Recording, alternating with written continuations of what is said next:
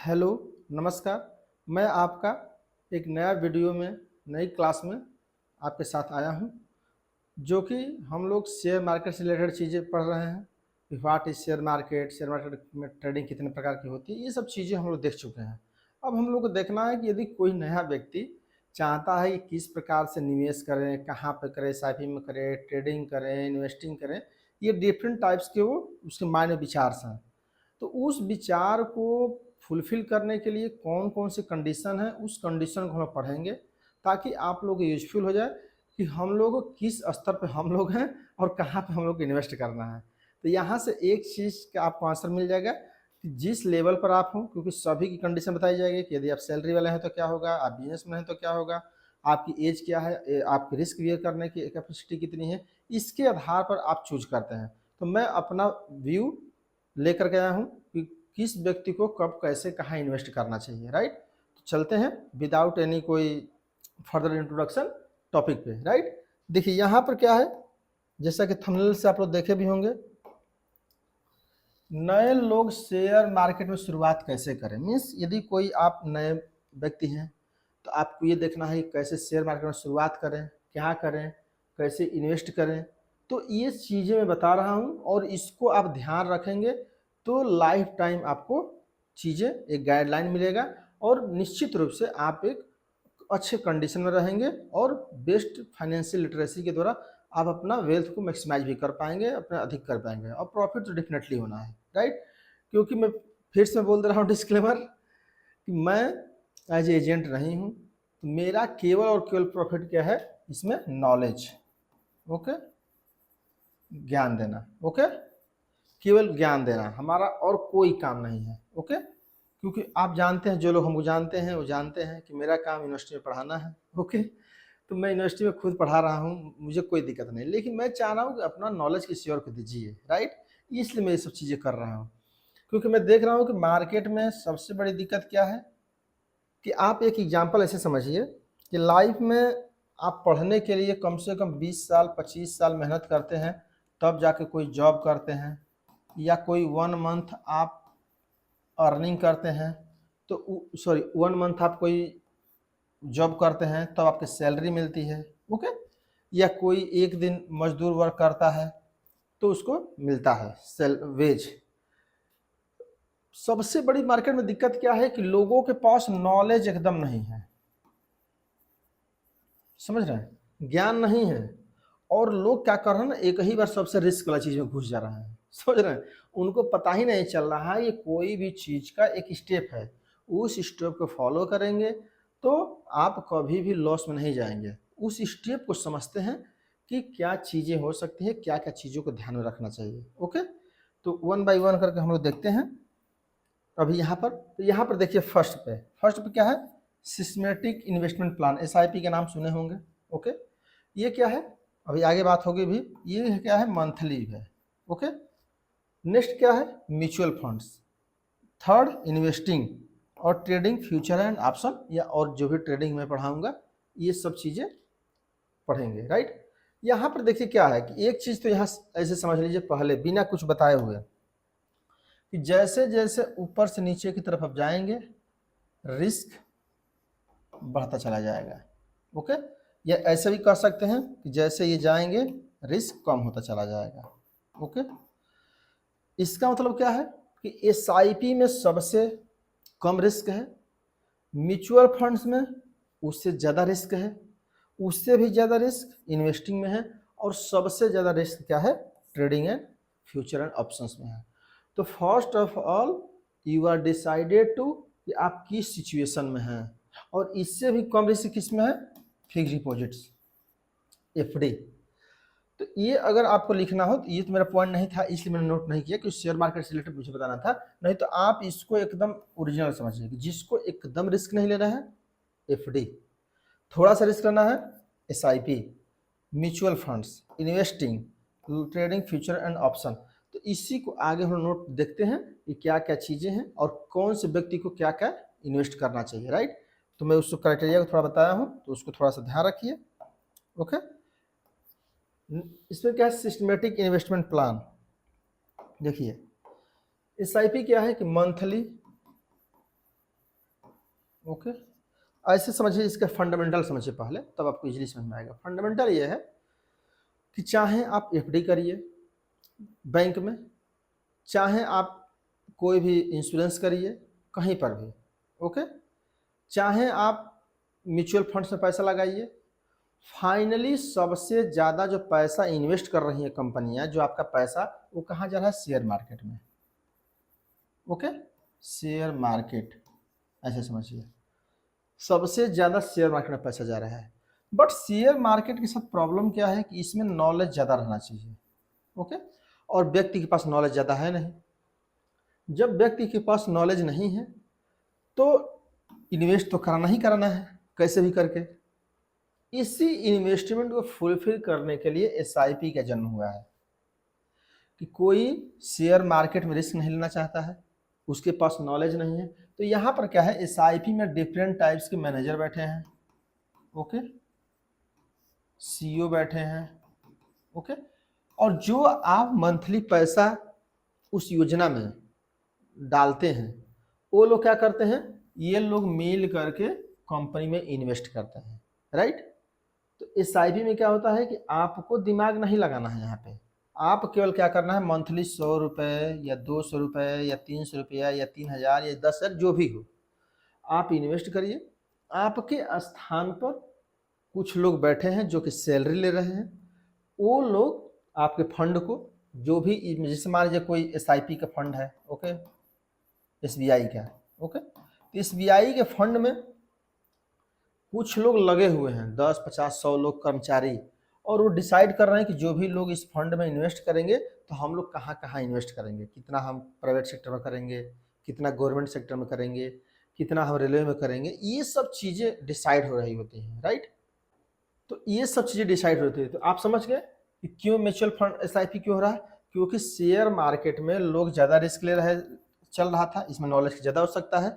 तो ये अपना नॉलेज किसको दे दिए, मैनेजर को, कि देखो हमारे पास पैसा है और इस पैसा का तुम लगाओ, हम नहीं लगाएंगे शेयर में, तुम लगाओ, और तुम हमको जो भी प्रॉफिट होगा देना, जो भी उसमें लॉस होगा तो हम देखेंगे, कोई दिक्कत नहीं, लेकिन तुम हमारे दिमाग तुम लगाओ।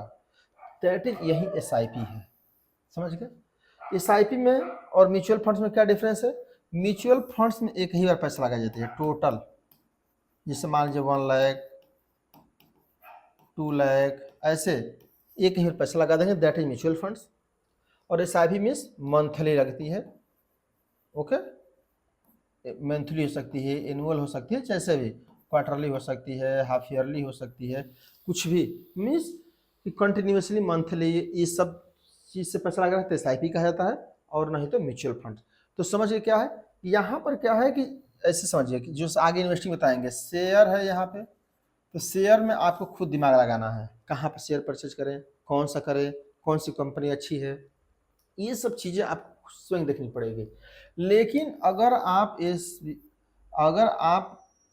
म्यूचुअल फंड्स में लगाते हैं पैसा, तो इस पे क्या है ना कि वहाँ पर मैनेजर बैठे हुए हैं, ओके, जो भी सीईओ है, मैनेजर हैं, एम्प्लॉय हैं, आपके स्थान पर बैठे हुए हैं।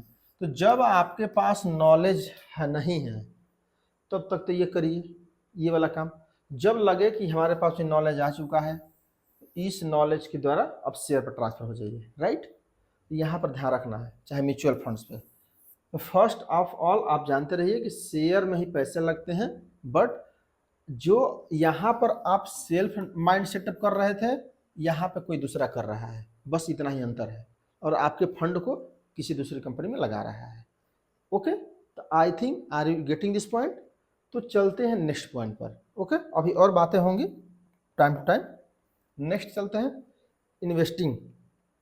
देखिए इन्वेस्टिंग क्या है कि मैं प्रथम ये दूसरी वीडियो आप देखे होंगे, मैं उसका लिंक भी दे दूंगा आप लोगों को, या लास्ट में इन स्क्रीन में लगा दूंगा। इन्वेस्टिंग मीन्स लॉन्ग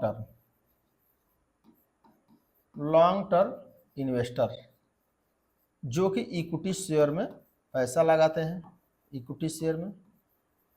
इन्वेस्टिंग के पॉइंट ऑफ व्यू से वो सेल परचेज नहीं करेंगे, वो चाहे पैसा बढ़ जाए शेयर का चाहे घट जाए, वो सेल करेंगे ही नहीं, ओके। तो इनके द्वारा इन्वेस्टिंग की जाती है, राइट। अभी मैं देखिए किसको करना है कौन सा वो मैं बाद में बताऊंगा, पहले इसको थोड़ा फंडामेंटल समझ लीजिए, राइट। तो पहले मतलब आप 30 साल के हैं तो क्या होगा, आप शादीशुदा है तो क्या होगा, ये सब चीज़ें बताऊंगा, लेकिन पहले आप जान लीजिए कि ये होता क्या है। तो इन्वेस्टिंग क्या होती है कि आप स्वयं सेल्फ डिसाइड करते हैं कौन सा शेयर परचेज करना है, ओके, किस कंपनी में परचेज करना है, क्वांटिटी क्या होगी, ये सब चीज़ें स्वयं लगा रहे होते हैं। अब जानते हैं कि जब स्वयं लगा रहे हैं तो रिस्क तो है ही, ओके, क्योंकि वहाँ पर तो भाई आपके लिए स्पेशलिस्ट बैठे हैं वहाँ पे, और स्पेशलिस्ट बैठे हैं तो वही डिसाइड कर रहे हैं कि कहाँ शेयर में लगाना है, क्या करना है। लेकिन यहाँ पे स्पेशलिस्ट नहीं बैठे हैं, आपको स्वयं लगाना है, इसीलिए ज़्यादा रिस्की है, ओके। तो इन्वेस्टिंग के पॉइंट से क्या होता है कि इक्विटी शेयर में पैसा लगाया जाता है, लॉन्ग टर्म पर जो भी कंपनी है, जो भी जिसका नाम सुनते हैं उसमें लगाइए, और अगर लगातार वीडियो देख रहे होंगे तो ये मैं बताया भी हूँ, ओके। जो लोग नहीं देखे वो जा करके देख सकते हैं, राइट। मैं उसको लगा दूंगा आई बटन पे, तो आप लोग जाकर देख लीजिएगा, तो आप लोगों को समझ में आ जाएगा कि कैसे ये इक्विटी शेयर वर्क करता है, राइट। दोबारा बताने की आवश्यकता नहीं है। चलते हैं नेक्स्ट पॉइंट पे। नेक्स्ट है डेरिवेटिव ट्रेडिंग। और सबसे खतरनाक मार्केट में क्या है, यही है, ओके। सबसे खतरनाक मार्केट में कौन है, यही है, जो कि इसी में लास्ट बता रहा हूँ कि जैसे जैसे बताया हूँ वैसे समझिए कि जैसे जैसे आगे बढ़ रहे हैं रिस्क बढ़ रहा है, ऐसे समझिए। तो सबसे लास्ट में क्या पढ़ा रहा हूँ, डेरिवेटिव ट्रेडिंग। और डेरिवेटिव ट्रेडिंग सबसे मोर रिस्की है, इससे ज़्यादा अंतिम में कुछ है ही नहीं, इसके अतिरिक्त ये सबसे ज़्यादा रिस्की है। डेरिवेटिव ट्रेडिंग क्या है, डेरिवेटिव ट्रेडिंग मीन्स कि उसके स्थान पर जैसे निफ्टी है, बैंक निफ्टी है, मान लीजिए बैंक निफ्टी, तो बैंक निफ्टी आप परचेज करते हैं बट उस मिलता नहीं है, इसके स्थान पर क्या है, प्राइस का अप डाउन का, प्राइस कितना बढ़ रहा है कितना घट रहा है, जब इसका फ्लक्चुएशन का प्रॉफिट लेते हैं, that is derivative market, okay. इसको अंडरलाइंग एसेट्स लिखा था, देखिए अभी एक बार पढ़ लेते हैं तब आपको समझ में आ जाएगा, जब लिखे हैं तो ओके, दोबारा लिखने की क्या आवश्यकता है, समझ रहे हैं। ए डेरिवेटिव इज ए कॉन्ट्रैक्ट, क्या है ये, कॉन्ट्रैक्ट है, समझ गए। इसका मतलब क्या है, ये कॉन्ट्रैक्ट होगा, जबकि इक्विटी शेयर में से कॉन्ट्रैक्ट कुछ नहीं है, ओके। कि कब सेल करना है कब परचेज करना है, अपना परचेज कर लिए रखे रहिए लाइफ टाइम, अगली पीढ़ी तक रख रहिए, कोई दिक्कत नहीं है। लेकिन इसमें दिक्कत है, ओके। या कोई भी प्रोडक्ट है, जैसे कोई भी कमोडिटीज हैं, कोई भी गोल्ड है, सिल्वर है, इनकी भी ट्रेडिंग होती है। दैट डिराइव्स मीन्स मूल्य कहाँ से प्राप्त करता है, मूल्य, ये समझिए, डिराइव्स मूल्य कहाँ से प्राप्त करेगा, is value from N underlying assets, किसी दूसरे से, अंतर्निहित मूल्य से। इसका मतलब कि गोल्ड जैसे है, ओके, तो गोल्ड की प्राइस का आप ट्रांजेक्शन हो रहा होगा, पूरा गोल्ड का पैसा नहीं दे रहे होंगे। जैसे मान लीजिए कि 60,000 का है 10 ग्राम गोल्ड, तो 60,000 आपको नहीं देना है, केवल आप इसके कुछ मार्जिन को देंगे, ओके। उसी मार्जिन के द्वारा आप इसको ट्रांजेक्शन कर सकते हैं, राइट। लेकिन कॉन्ट्रैक्ट है तो डेफिनेटली सेल भी करना होगा, परचेज भी करना होगा, उसकी टाइमिंग भी होगी, ये सब चीज़ें मैं पिछली वीडियो बता चुका हूँ, और ऑप्शन ट्रेडिंग में बताऊँ तो वो आगे बताऊंगा भी, ओके। क्योंकि सबसे ज़्यादा रिस्क है, उसको सब कुछ जानने के बाद पढ़िए, ओके। इसीलिए मैं सबसे बेसिक चीज़ बता रहा हूँ, ताकि सब कुछ जानते रहिए, लॉस होने की कोई पॉसिबिलिटी न रहे, राइट। तो नॉलेज इतना रहना चाहिए। यहाँ पर क्या है कि अंडरलाइंग एसेट्स, अंडरलाइंग एसेट्स में मैंने बताया कि दूसरे स्थान पर, जैसे गोल्ड है, ओके, बैंक निफ्टी है, ओके, कोई ऐसे ही इंडेक्स फंड जिसको कहा जाता है, सेंसेक्स है, इस पर भी पैसा लगा सकते हैं, मीन्स इसमें पैसा नहीं लगा रहे हैं, उसके स्थान पर डेरिवेटिव ट्रेडिंग कर रहे हैं, डेरिवेटिव व्युत्पन्न, ओके। नेक्स्ट क्या है, derivative can include a wide range of such assets including indicators, indicators बताया ना, जैसे Sensex, Nifty, bank Nifty, okay, ये सब चीज़ें, करेंसीज, वर्ल्ड की जितनी करेंसीज हैं उसमें भी आप कर सकते हैं, एक्सचेंज रेट में कर सकते हैं, कमोडिटी में कर सकते हैं, ओके। जैसे गोल्ड सिल्वर में बताया, गोल्ड सिल्वर, इसमें कर सकते हैं, स्टॉक शेयर मार्केट, ओके। ये सब चीज़ों में कर सकते हैं, or the rate of interest, या रेट के इंटरेस्ट में भी कर सकते हैं। तो इतने टाइप से आप डेरिवेटिव मार्केट कर सकते हैं, इस बात को एकदम क्लियरली याद रखिए कि डेरिवेटिव मार्केट में क्या कर सकते हैं, इंडिकेटर्स में कर सकते हैं, जो कि सेंसेक्स है, बैंक निफ्टी है, निफ्टी है, ये सब सुने होंगे। करेंसी में कर ही सकते हैं, वर्ल्ड की करेंसी में, एक्सचेंज रेट में भी कर सकते हैं, कमोडिटीज में कर सकते हैं जो गोल्ड सिल्वर टाइप की हैं, स्टॉक में भी कर सकते हैं और रेट ऑफ इंटरेस्ट में कर सकते हैं। तो ये सब चीज़ों में आप कर सकते हैं। अब इसके कुछ फॉर्म हैं जो कि आगे कभी बताया जाएगा, मैं लेकिन शॉर्ट में कुछ चीज़ें बता दे रहा हूँ। जैसे पोजिशनल ट्रेडिंग है। पोजिशनल ट्रेडिंग में से आप पोजीशन लेते हैं कि हमको सेलिंग के लेना है, फिर परचेज करने के लिए लेना है। ओके, तो अगर परचेज करने के लिए है तो बाद में सेल करेंगे, सेल करने के लिए है तो बाद में परचेज करेंगे, तो पोजिशनल ट्रेडिंग है, राइट। स्विंग ट्रेडिंग कि आप जो भी वैल्यू है उसका स्विंग कैसा आ रहा है, उसका परिवर्तन कैसे हो रहा है मार्केट में। तो जिससे मान लीजिए 2 पॉइंट बढ़ेगा तो हम बेच देंगे, 2 पॉइंट घटेगा तो बेच देंगे। अगर इस प्रकार करेंगे तो स्विंग ट्रेडिंग है। इंट्राडे ट्रेडिंग, इंट्राडे ट्रेडिंग कब स्टार्ट होता है? 9:15 से लेकर के 3:30 बजे तक। इसका मतलब इंट्राडे ट्रेडिंग मतलब समझ में आ रहा होगा कि एक ही दिन में। ओके, एक ही दिन। ओके, मीन 9:15 से लेके 3:30 बजे तक आपको परचेज करना है, सेल करना है। मीन्स अगर मान लीजिए कि 9:20 आप शेयर ले लिए, चाहे जब लिए आप, आपको सेल करना पड़ेगा 9:30 से पहले, कभी भी कर दीजिए। That is inter trading. और मैं बताया भी था कि अगर आप ऐसा व्यापार कर रहे हैं बिजनेस जिसकी एक्सपायरी ही आज शाम तक है, तो जानते ज़्यादा पैसा देने की आवश्यकता है नहीं। जैसे मान लीजिए कि कोई शेयर नॉर्मल लेते होंगे, मान लीजिए नॉर्मल शेयर 10 रुपये का 1000 शेयर, तो कितना हो जाएगा? मान लीजिए 1 लाख। ओके, लेकिन ये लॉट में मिलता है, साइज मिलती है। तो इसके अगर परचेज करना होगा ना, तो जो 10 रुपये का शेयर है 10 रुपये का ही मिलेगा मान लीजिए, लेकिन ये बहुत ज़्यादा मिल जाएगा। 1 लाख में मान लीजिए कि 1000 शेयर मिल जाएगा, ऐसे समझिए, या 10,000 शेयर मिल जाएगा, मतलब 5 गुना मिलता है लगभग, फिर 5 टाइम्स मिलता है। अब सोचिए 5 गुना मिल रहा है, क्यों? क्योंकि 1 लाख लगाए हुए हैं, आपको 5 लाख के शेयर ले सकते हैं, वही शेयर 5 लाख के। ओके, ऐसे समझिए, यदि आपके पास 1 लाख रुपीज़ है तो अगर इन्वेस्टिंग ट्रेडिंग करेंगे तो केवल 1 लाख को मिलेगा शेयर। ओके, लेकिन यदि आप इंटर ट्रेडिंग कर रहे हैं तो आप लगभग 5 लाख का शेयर ले सकते हैं एक दिन के लिए। क्यों ले सकते हैं आप जानते हैं? इसी पैसे से, क्योंकि शाम हो तो आपको बेचना ही है, इतना नुकसान तो होना नहीं है कि पूरा 1 लाख ही डूब जाए आपका। उसमें से 20-25 हज़ार, क्योंकि जानते हैं upper cut lower cutting circuit लगता है। ज़्यादा कोई शेयर लिए हैं वो बढ़ने लगेगा तो भी अपर सर्किट कोई सेल ही नहीं कर सकता। तो ये सब चीज़ें इसलिए 20-25% से ज़्यादा आपका प्रॉफिट लॉस नहीं हो सकता है एक दिन में। तो इसलिए ये 5 लाख तक ले सकते हैं। अब आप जानते हैं कि 1 लाख के शेयर 5 लाख तक लिए हैं आज, और आज 3:30 बजे से पहले आपको सेल करना है, तो कुछ भी हो सकता है। तो सबसे ज़्यादा लॉस इसी में होता है, और नॉलेज जीरो है लोगों के पास, ज्ञान नहीं है। अगर वो अपने दिल से पूछे, जो लोग वीडियो की देख रहे हैं दिल से पूछिए कि शेयर को इन्वेस्ट करने के लिए कितना वीडियो बेसिक देखे हैं, उसे बेसिक कैसे लगाते हैं ये वीडियो मत देखिए, इस बात को ध्यान रख रहिए। लोग क्या कर रहे हैं ना, कैसे शेयर में पैसा लगाते हैं ये ज़्यादा देख रहे हैं, और ये नहीं देख रहे हैं कि क्या इसकी रियल सिचुएशन है, ताकि तभी रिस्क बियर कर पाएंगे। नॉलेज रहेगा, कुछ पैसा इन्वेस्ट करेंगे, कुछ SIP में लगाएंगे, कुछ म्यूचुअल फंड्स में लगाएंगे, कुछ यहाँ लगाएंगे, तब जाकर के लॉस भी होगा तो उससे कंपनसेट करेंगे। ओके, और यही लोग नहीं जानते हैं, डायरेक्ट घुस जाते हैं इंटरडे ट्रेडिंग में, डायरेक्ट पोजीशन ट्रेडिंग ले लेंगे। ये सब चीज़ें नहीं करने हैं। ओके, क्योंकि लास्ट में है ना, जब सब नॉलेज जान जाइए, सब जगह पैसा लगाइए, तब यहाँ पहुँचिए। ओके, नेक्स्ट क्या? Future and option. Future option बताया था कि फ्यूचर ऑप्शन, फ्यूचर के लिए कॉन्ट्रैक्ट करते हैं। ये ऑप्शन में पुट ऑप्शन है, कॉल ऑप्शन है, आप लेते हैं। जानते हैं कॉल है परचेज करने के लिए, पुट है बाई करने के लिए, ओके, सॉरी सेल करने के लिए। तो ये सब चीज़ें तो आगे बताई जाएंगी। तो ये फ्यूचर में क्या है, ये भी एक फ्यूचर डेट पर कॉन्ट्रैक्ट मिलता है कि आप अगले महीने के थर्सडे तक आप कर सकते हैं। तो उसके लिए अलग अलग रूल है, तो जो मैं अलग अलग बताऊंगा, कभी फ्यूचर के लिए 2-3 क्लास लगभग चलेंगी या ऑप्शन के लिए चलेंगी, तो उस समय बताऊंगा। लेकिन ये भी समझिए कि फ्यूचर के लिए कॉन्ट्रैक्ट होता है, या ऑप्शन होता है, राइट टू सेल या right to purchase, but not obligation. अधिकार नहीं है कि आप एकदम बेचना ही बेचना है या सेल ही करना है, आपके ऊपर है। मन करे तो मार्केट से बाहर चले जाइए या बने रहिए ट्रेडिंग में। ओके, तो ये सब चीज़ों का ध्यान रखना है, राइट।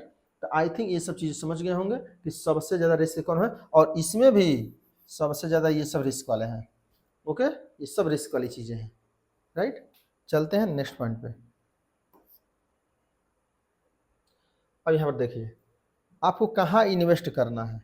ओके, अब यहाँ पर क्वेश्चन क्या है, आपको कहाँ इन्वेस्ट करना चाहिए। अब क्या है, अब आप नॉलेज ले लीजिए।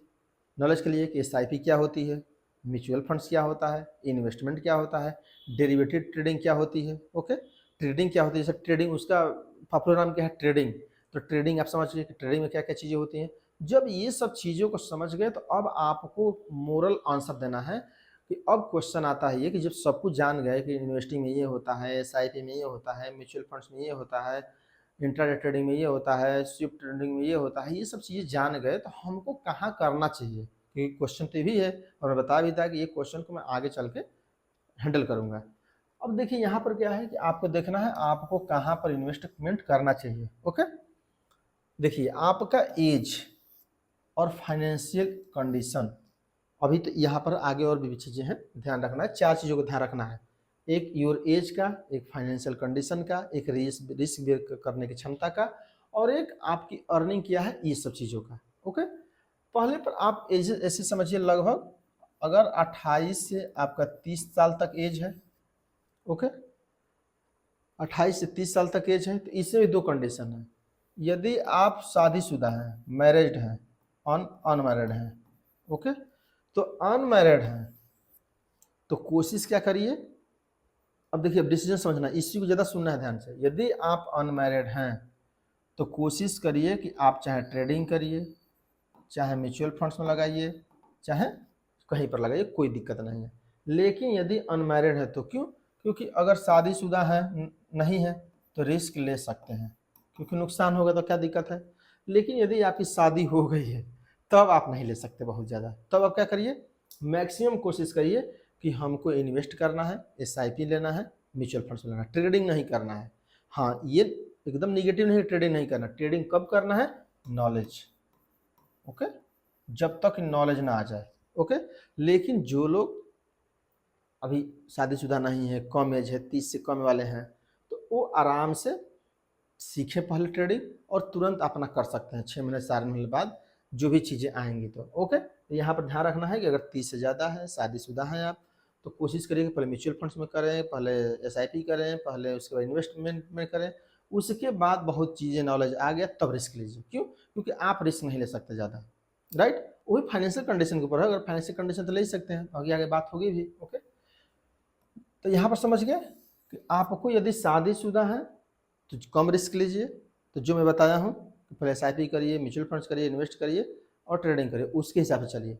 अगर यदि शादीशुदा नहीं है तो आप नॉलेज लीजिए, चाहे जिसमें घुस जाइए। ओके, आपके लिए स्वतंत्र है, क्यों, क्योंकि आप रिस्क ले सकते हैं। आपकी ना फैमिली है, ना बच्चे हैं, ना घर की रिस्पॉन्सिबिलिटी है, तो बहुत ज़्यादा दिक्कत नहीं है। आपको 10 साल नुकसान हो जाए कोई दिक्कत नहीं है, 50 साल नुकसान हो जाए क्या दिक्कत है। लेकिन जिसकी हमारी फैमिली है उसको 50 और 1 लाख नुकसान हो जाए तो देखिए कितना दिक्कत है। तो ये सब चीज़ें। ओके, नेक्स्ट क्या है, age is less than 30 and financial condition is good. अब कंडीशन बताया जा रहा है, कंडीशन क्या है, कंडीशन कि आपकी एज अगर 30 ईयर्स से लेस है और फाइनेंशियल कंडीशन इज गुड है, आपकी गुड है, अच्छा है, तब आप क्या करिए, तब आप चारों में कहीं पर भी इन्वेस्ट कर दीजिए, कोई दिक्कत नहीं है। क्यों, क्योंकि फाइनेंशियल जब कंडीशन आपकी अच्छी है तो कोई दिक्कत है ही नहीं। अगर 30 साल से, क्यों, क्योंकि आप रिस्क ले सकते हैं। ओके, आपकी वेल्थ अच्छी है, अगर 1 लाख नुकसान भी हो जाएगा तो क्या दिक्कत है, आपको 50 लाख नुकसान हो जाएगा क्या दिक्कत है। लेकिन यहाँ पर if age is more than 30 years, यदि आपकी एज 30 ईयर्स से ज़्यादा है तो कोशिश करिए कि फर्स्ट आप क्या करेंगे, इन्वेस्ट करिए फर्स्ट पे। ओके, फर्स्ट स्टेप क्या लेंगे, इन्वेस्ट करने के लिए। इस बात को ध्यान रख रहिए कि पहला आप इन्वेस्ट करेंगे, उसके बाद यदि आप चाहते हैं, बहुत इच्छुक हैं तो आप नॉलेज लीजिए, ओके, मार्केट का, उसके बाद ट्रेडिंग करिए। ओके, उसके बाद ट्रेडिंग करिए। तो यहाँ पर 2 चीज़ समझ गए, यदि आपकी एज कम है, फाइनेंशियल कंडीशन अच्छी है, तो कुछ भी करिए, ट्रेडिंग करिए, म्यूचुअल फंड्स करिए, एफडी करिए, चाहे जो करिए सब आपके है। लेकिन यदि आपकी एज ज़्यादा है तो चाहे फाइनेंशियल कंडीशन अच्छी हो चाहे ख़राब हो, आप कोशिश करिए कि इन्वेस्टिंग करिए, लॉन्ग टर्म इन्वेस्ट करिए, शेयर मार्केट में करिए। तो आपको लॉन्ग टर्म में इन्वेस्टमेंट करेंगे, थोड़ा नॉलेज से करेंगे तो निश्चित रूप से आपको प्रॉफिट हो जाएगा, राइट। नेक्स्ट क्या है, age is less than 30 and financial condition is bad. अब क्या है कि आपकी एज भी कम है, फाइनेंशियल कंडीशन भी बैड है, दोनों हो सकती है। ओके, तो आपको क्या करना है, पहला पे जानते हैं, पहला पे कोई भी जॉब करिए, कैसे भी करके जॉब करिए। और जॉब करके पहले फाइनेंस क्रिएट करिए। 2000, 10,000, 20 रुपये, मान लीजिए 20,000 रुपये ही पा रहे हैं, 20,000 ही कर करके, या कोई बिजनेस ही कर रहे हैं, तो बिजनेस कर रहे हैं तो उसमें भी आप 10,000, 15,000 कमाइए। उसके बाद ये सब सोचिए। और उसमें क्या करना है आपको, पहले से बता दे रहा हूँ एक चीज़। कोई भी व्यक्ति हो जो नए इन्वेस्टर हैं, जो कि 15, 20, 25, 30, 40,000 तक पा रहे हैं, वो लोग एक जरूर काम करें जो मैं बता रहा हूँ। ओके, फर्स्ट पे इसमें क्या करना है, अगर मान लीजिए कि आप 2,000 ही इन्वेस्ट कर सकते हैं एग्जाम्पल के लिए, और ये भी ध्यान रख रही है कि अगर आपको काम मिला है, अब पैसा नहीं बच पा रहा है, आप 20,000 पा रहे हैं, 25,000, कोशिश करिए कि काम को ज़्यादा करके कैसे भी 2,000 बचा लें। राइट, ये जरूर ध्यान रखिए। इससे क्या होगा, अब इसको डिवाइड कर दीजिए। 500 रुपये FD में, ओके, 500 SIP में, और 500 इन्वेस्टिंग में, ओके, या 1000 इन्वेस्टिंग में करिए कहीं पर भी, या 1000 यहाँ पे कर सकते हैं कहीं पर भी, लेकिन किसी में और, या 30 में 1,000 या 1,000 इसमें कोशिश करिए। अगर नहीं भी समझ में आ रहा है 30% ऐसे, ओके, ऐसे करिए। मान लीजिए कि 40% हो गया, ओके, ऐसे इन्वेस्ट करिए कि जितना, यदि आपको पैसा बच रहा है 2,000 रुपये में, तो 500 से 700 रुपया का FD कर दीजिए, हर मंथ जाता रहे। SIP करिए 500 से 700 रुपये का, और इन्वेस्ट करिए। इसका वैल्यू SIP का अगर 10 से 20 साल आप कर दिए, लोग सुनते हैं जबकि आप बोल रहे हैं सर SIP 10 से 20 साल के, ये बताइए कि 500 रुपया 1,000 रुपया लगा कर क्या चाह रहे हैं, कल निकाल रहे हैं। SIP जो होती है ना, ये वैल्यू बहुत क्रिएट जल्दी करती है, क्योंकि 500 रुपये इस महीने देंगे, अगले महीने देंगे, अगले महीने देंगे। मान लीजिए कि एक महीना, एक साल में कितना देंगे आप, मान लीजिए 500 हिसाब से, अगर तो 6,000 रुपये देंगे, ओके। तो ये समझिए कि अगले साल जब आएगा ना, तो 6,000 पहले दिन ही जमा रहेगा, तो 6,000 पूरे साल ब्याज मिलेगा, ओके।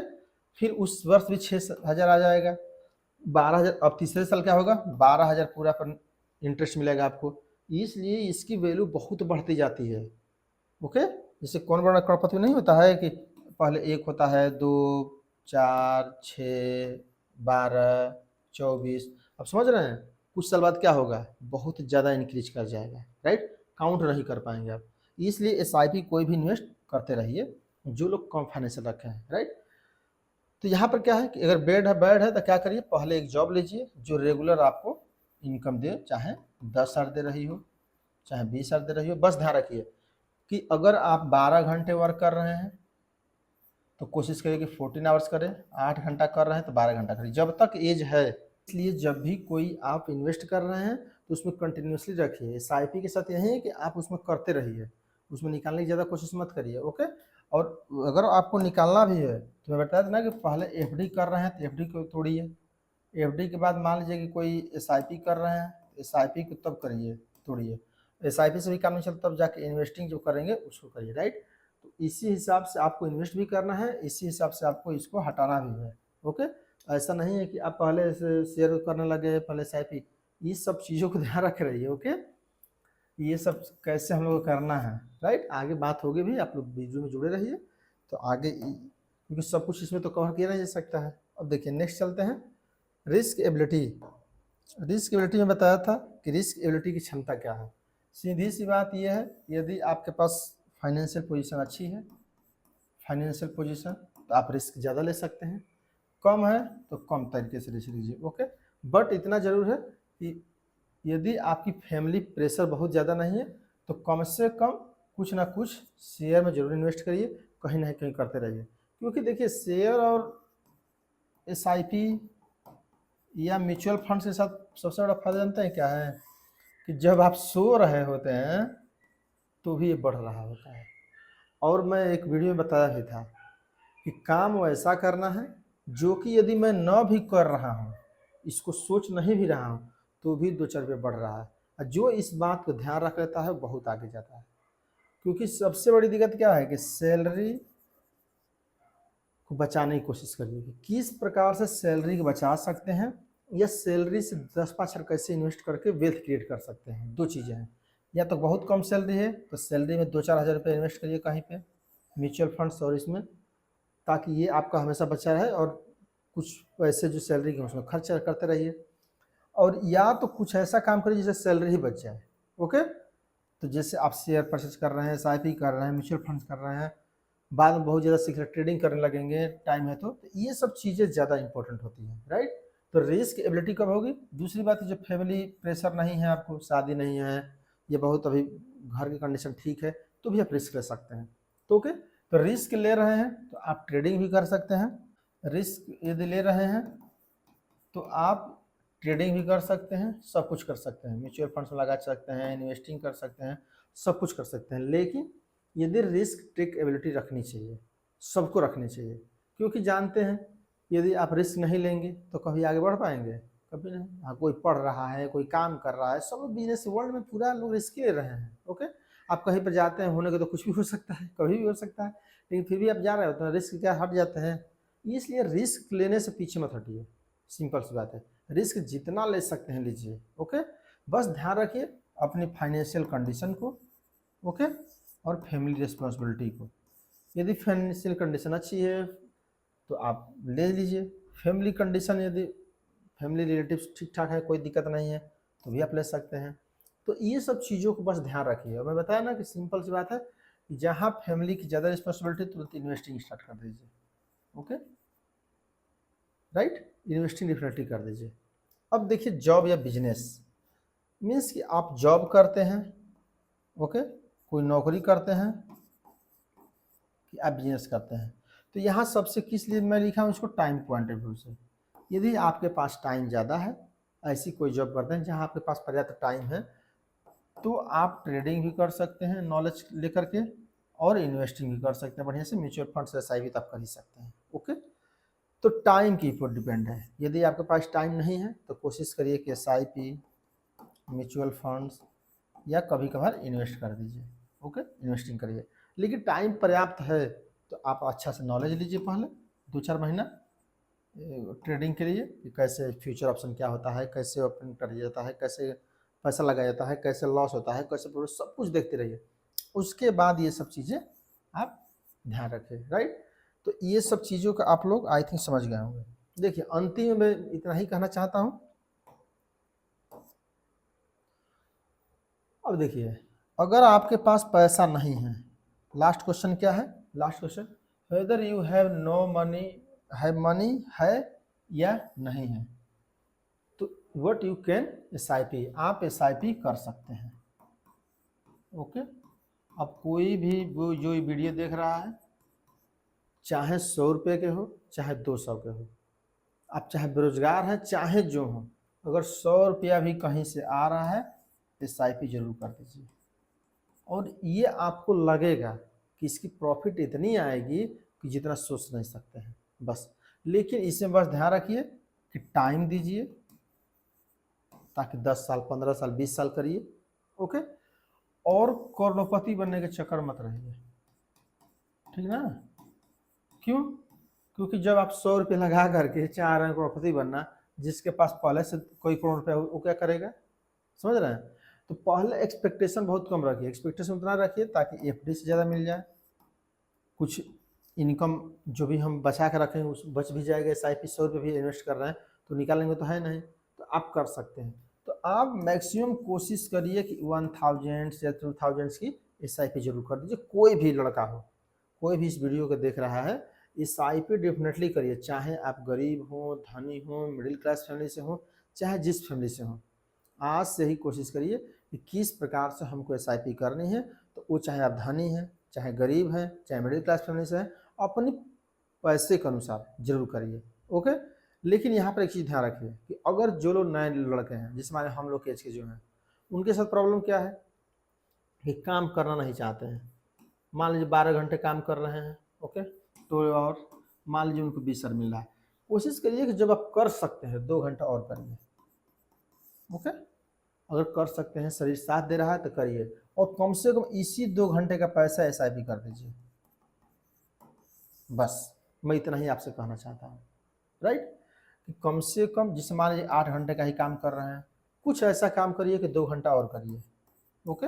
और 2 घंटे का पैसा ही SIP और इन्वेस्टमेंट करिए। और ये भी बता दूँ कि चाहे आप जो इन्वेस्टमेंट बताया जाए, ओके, तो यहाँ तक समझ गए कि आप लोग निश्चित करिए, तो सब लोग कोशिश करिए कि ये करना है, राइट। I you understand. तो देखिए अब यहाँ पर क्या है, एक चीज़ आपको बता दें ताकि अंतिम में कंक्लूजन ये समझिए कि जब आप कहीं पर भी नए व्यक्ति हैं, इस लाइन को जरूर सुनिएगा जो मैं बोलने जा रहा हूँ। यदि आप नया इन्वेस्टर हैं, न्यू इन्वेस्टर हैं, ओके, तो आप ऐसे आइए, चाहे आप धनी हो, चाहे गरीब हो, चाहे मिडिल क्लास फैमिली से हो, कि पहला पार्ट को SIP करना है, दूसरा पे म्यूचुअल फंड्स में लगाना है, ज़्यादा पैसा आ जाएगा तो। उसके बाद इन्वेस्टिंग मीन्स इक्विटी शेयर में लगाना है, और आपके पास टाइम हो, नॉलेज हो। यहाँ पर 2 चीज़ें एकदम रखिए, टाइम, नॉलेज, तब आप ट्रेडिंग एंड फ्यूचर ऑप्शन का यूज करिए, राइट। तो ये आपको सीक्वेंस ध्यान में रखना है, बट आप देखिएगा और थोड़ा थोड़ा सब जगह लगाइए। ऐसा नहीं है अगर 500 रुपये यहाँ लगा रहे हैं तो 500 तो यहाँ तो मान लीजिए एक बार लगता है, लेकिन मान लीजिए कि कहीं से आगे नहीं है तो इसको हटा दीजिए, कोई दिक्कत नहीं। तो 500 यहाँ भी लगाइए। अगर आपके पास 2000 रुपये है तो 1000 यहाँ लगाइए, 1000 यहाँ लगाइए, ऐसे लगाइए। जब आप देखेंगे कि ये लोग भी यहीं आके लगाते हैं, सॉरी ये लोग भी आके यहीं लगा रहे हैं और यहीं लगा रहे हैं, मीन्स आप SIP जो जमा करते हैं वो भी यहीं लगता है पैसा, और वो भी यहीं लगता है, दोनों जगह।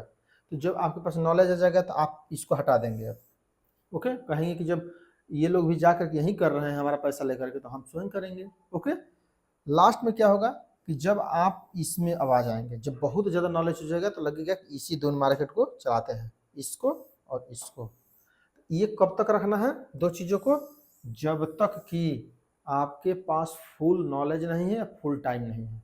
लगभग full knowledge, okay, full knowledge and full time नहीं है, तब तक आप ये करिए। और ये सब लोग करिए, टाइम भर करिए, चाहे आप 100 रुपये करिए, 200 करिए, 4000 करिए, 2000 करिए, 1000, कुछ भी करिए। उसके बाद उसकी वैल्यू को समझिए, ओके। मैं फिर से बोल रहा हूँ, उसकी वैल्यू को समझेंगे कब, जब 10 साल बाद, ओके, इसकी कितनी वैल्यू आ रही है। और यदि थोड़ा सा भी रिस्क ले सकते हैं तो इन्वेस्टिंग करिए, लॉन्ग टर्म शेयर में पैसा लगाइए। और यदि आपके पास फुल टाइम है, ओके, तब आप यहाँ पर आइए, ओके। फुल टाइम है, फुल नॉलेज है तो यहाँ पर आइए। यदि फुल टाइम नहीं है, नॉलेज नहीं है, तो आप SIP कर दीजिए, आपका स्थान पर कोई दूसरा कर रहा है तो कर देगा, राइट। तो ये कंक्लूजन लास्ट वाली पॉइंट ध्यान रखिएगा, राइट। रिलेटेड एक नए इन्वेस्टर को किस प्रकार से इन्वेस्ट करना चाहिए। आई थिंक आप लोग को वीडियो पसंद आई होगी। आप लोग यदि पसंद आई हो तो वीडियो को शेयर करिए, सब्सक्राइब करिए, ताकि हमको अप्रिसिएशन मिल सके कि हमको और वीडियो बनानी है, ओके। तो आप लोग कृपया करके वीडियो को लाइक करिए, शेयर करिए, ताकि और इससे अच्छी बेहतर वीडियो बना पाऊँ, ताकि और आप लोगों के लिए यूजफुल हो सके, राइट। तो यहाँ तक वीडियो को समाप्त करते हैं। Thank you for watching.